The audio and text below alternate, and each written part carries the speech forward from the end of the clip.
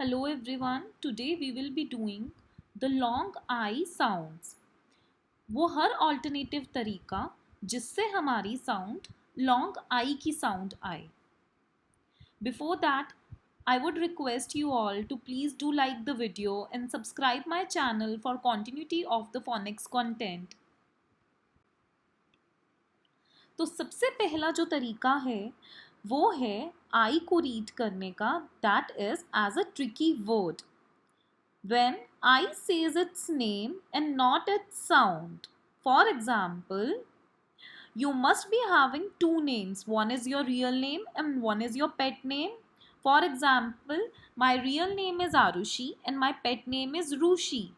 When somebody is not saying my pet name, और यहाँ पे हमने पेट नेम को ले लिया उसकी साउंड. आई में जो साउंड है वो है ई की. आई की साउंड ना बोल के आई का नेम लेना, that is a tricky word. जब हम उसे उसकी साउंड से रिकॉग्नाइज नहीं करते, हम उसका नेम लेते हैं. तो इसका फोनिक्स में कोई रूल नहीं होता. We call it as tricky word. हम बोलते हैं इसे ट्रिकी वर्ड कि देखो और पढ़ो. तो इसके एग्जाम्पल्स हैं I am a boy, I am Tom.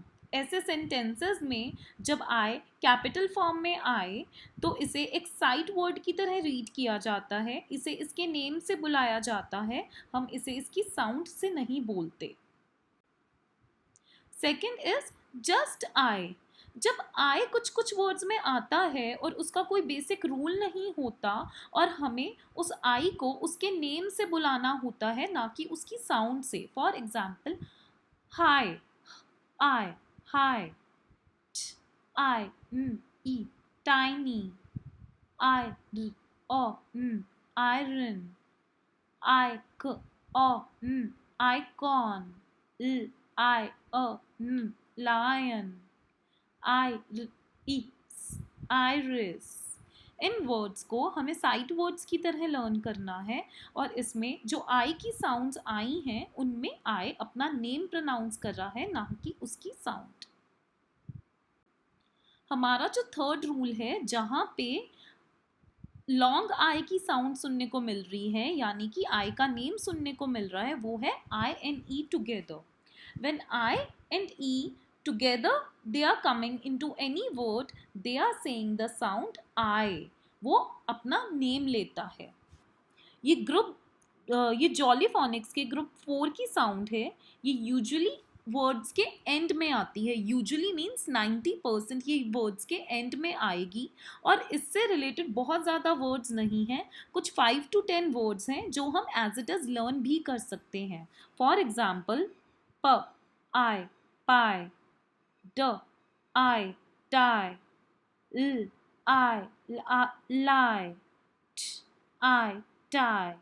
और अगर हम इसमें एक कॉमनैलिटी देखें तो I और E से I और E together they are coming, but they are coming before a single consonant.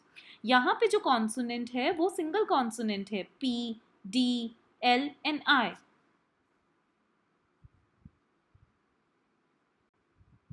अब जो हमारा फोर्थ ऑल्टरनेटिव है वो है I, G and H.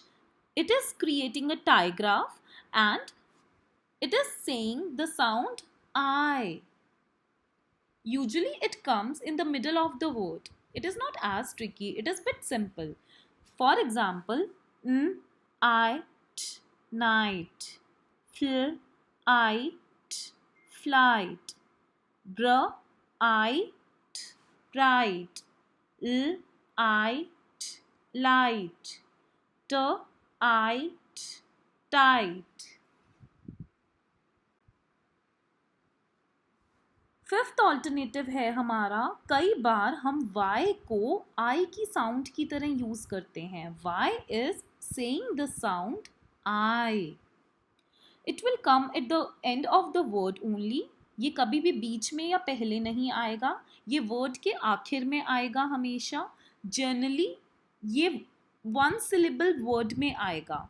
For example, स्क, आई, स्काई, फ्ल, I, fly, tr, I, try, cr, I, cry, b, I, buy, म, आई, माई।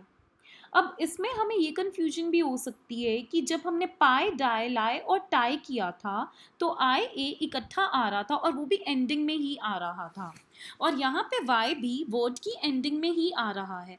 But वहाँ पे देखने वाली बात ये थी कि आई ई के आगे जो कॉन्सोनेंट था वो सिंगल था, बट यहाँ पे डबल कॉन्सोनेंट भी हो सकता है। और वहाँ पे हमने ये पढ़ा था कि only 5 to 10 words are there जिसमें I E together is creating the sound of I, and only those words were the, the words coming into that group. हमारा लास्ट और सिक्स्थ ऑल्टरनेटिव है I, any consonant and then E.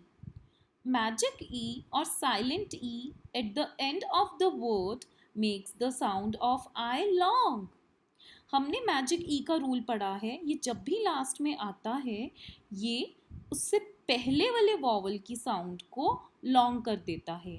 Vowel अपनी sound ना निकाल के अपना name लेता है। फॉर एग्जाम्पल प, आई, प, पाइप। यहाँ पे ई साइलेंट हो गया और जो इससे पहले वावल था वो अपना नेम ले रहा है, ना कि साउंड। ल, आई, न, line, sh, I, n, shine. Thank you and do subscribe my channel for more such content.